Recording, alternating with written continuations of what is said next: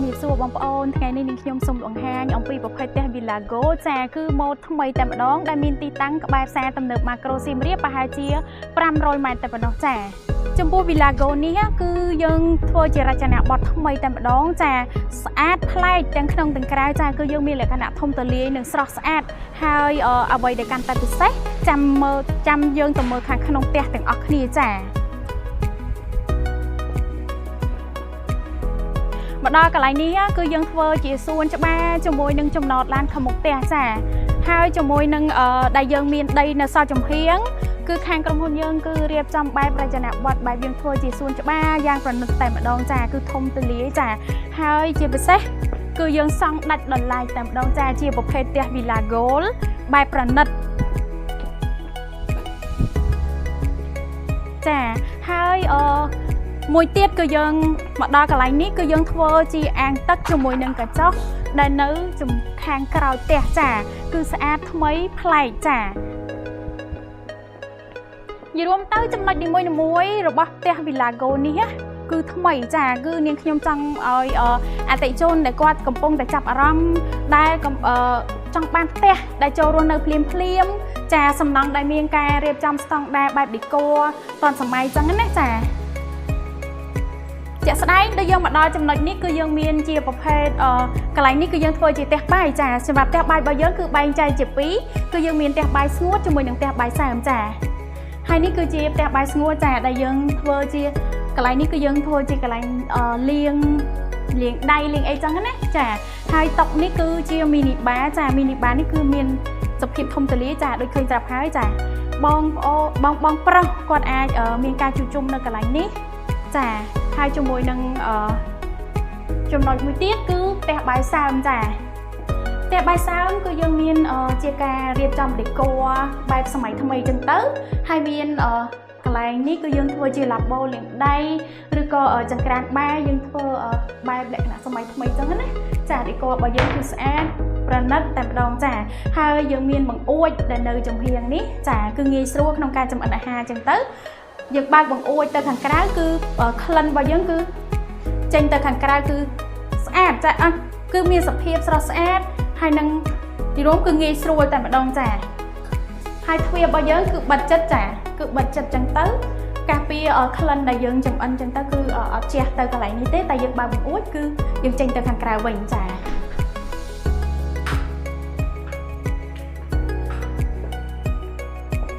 កន្លែងនេះគឺយើងអាចយើងរៀបចំជាតុអាហារចាយើងអង្គុយញ៉ាំអាហារបែបលក្ខណៈស្រស់ស្រាយចឹងទៅហើយជុំវិញនេះគឺយើងធ្វើជាបង្អួចកញ្ចក់ដែលយើងអាចអង្គុយញ៉ាំអាហារហើយយើងមើលទៅខាងក្រៅគឺ view បានច្បាស់ពីអ្នកដែលនៅខាងអាងទឹកគឺយើងអាចមានទំនាក់ទំនងគ្នាបានយ៉ាងច្បាស់តែម្ដងចាគឺមានភាពងាយស្រួល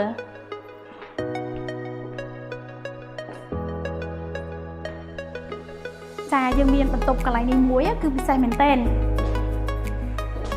សម្រាប់បន្ទប់នេះគឺងាយស្រួលដល់ដែលយើងមានសមាជិកដែលគាត់មានវ័យចំណាស់ឬក៏អ៊ំចាស់អីចឹងណាគាត់អាចស្នាក់នៅខាងក្រោមនេះបានឬក៏មានភ្ញៀវអីយើងអាចស្នាក់នៅខាងក្រោមនេះបានជាមួយនឹងបន្ទប់ទឹកគឺយើងនៅកន្លែងនេះមួយទៀតចាហើយចំណុចពិសេសគឺយើងនៅក្រោមចដានេះគឺយើងធ្វើជាកន្លែងសម្រាប់ដាក់សម្ភារៈនិយាយរួមទៅគឺអត់ឲ្យខាតទេគឺចំណេញទាំងអស់ចាសម្រាប់ផ្ទះ Villa Gold នេះចាមកដល់បន្ទប់ទទួលភ្ញៀវមានសភាពបែបធំទូលាយចឹងទៅចាមានការ decor ប្រណិតស្អាតចាដូចបងឃើញស្រាប់ហើយចា decor របស់យើងគឺសម័យថ្មីតាមនិយាយរួមទៅគឺយើងធ្វើតាមយុគសម័យកាលតែម្ដងចាតម្រូវតាមអតិថិជនដែលគាត់ចង់បានបែបភាពស្រស់ស្អាតចឹងណាចា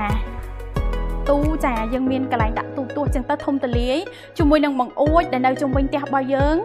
បើកបង្អួចទៅមានបរិយាកាសដែលឆ្លងកាត់មកចូលផ្ទះរបស់យើងគឺបែបលក្ខណៈធម្មជាតិតែម្ដងចា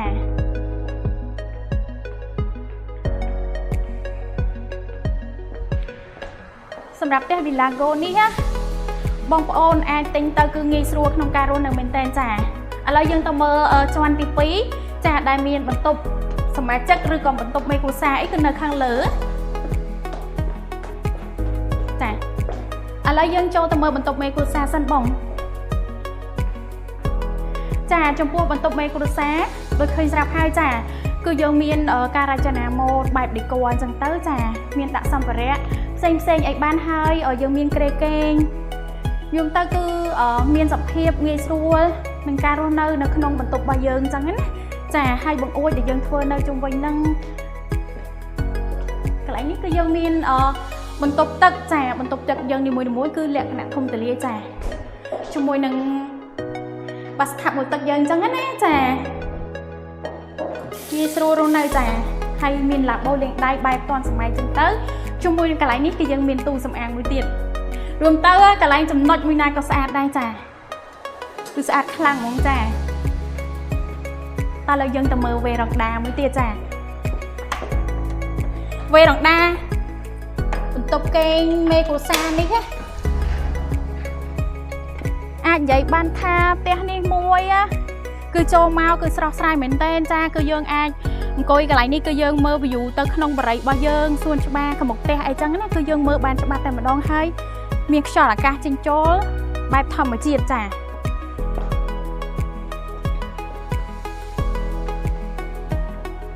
បន្ទប់កូនចាបន្ទប់កូនបន្ទប់ទី1នេះគឺពិសេសមែនតើធំហើយគឺយើងមានការរៀបចំដេក័រគាត់អាចដាក់សម្ភារៈនៅក្នុងនេះបានចាគឺដេក័របែបសម័យថ្មីតែម្ដងយើងមានដាក់សម្ភារៈយំគឺស្អាតខ្លាំងហ្មងចាគឺមានទាំងការបំពាក់សម្ភារៈផ្សេងៗឲ្យបន្ទប់ទឹករបស់យើងចាគឺយើងមានទាំងម៉ែប្រណិតទាំងឡាបូលេងដៃហើយយើងមានបំពាក់ម៉ាស៊ីនទឹកក្តៅទឹកត្រជាក់នៅក្នុងនេះរួចជាស្រេច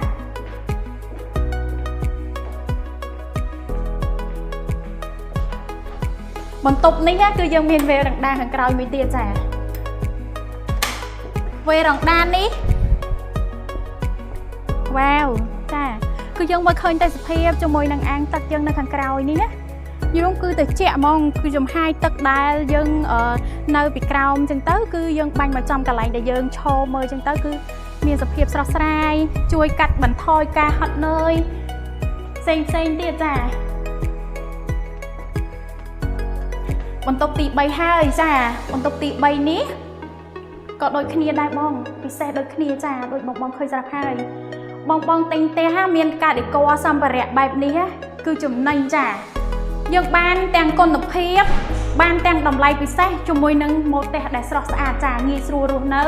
ជាពិសេសទីតាំងវិញគឺផ្ដោតសំខាន់ទៅលើទីតាំងហ្មងបងយើងចង់ពីផ្សារទៅនៅម៉ាក្រូមកយើងធ្វើដំណើរត្រឹមតែ5នាទីគឺយើងមកដល់ទីតាំងផ្ទះតែម្ដងចាហើយផ្ទះរបស់យើងគឺមានគ្រប់ប្រភេទជំរើសបើសិនជាបងប្អូនចង់បានផ្ទះរស់នៅក្នុងខេត្តសៀមរាប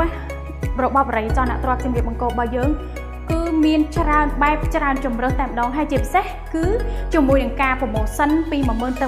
15000 ចាអាស្រ័យទៅលើបងប្អូននេះចង់ទិញបងរំលោះក៏បានបងប្អូនចង់ទិញបងផ្ដាច់ក៏បានដែរសម្រាប់ការបងរំលោះគឺបានរយៈពេល15ឆ្នាំហើយបើសិនជាបងប្អូនទិញបងផ្ដាច់គឺទទួលបានកម្មសិទ្ធិប្លង់រឹងគឺទំនុកចិត្ត100%តែម្ដងចា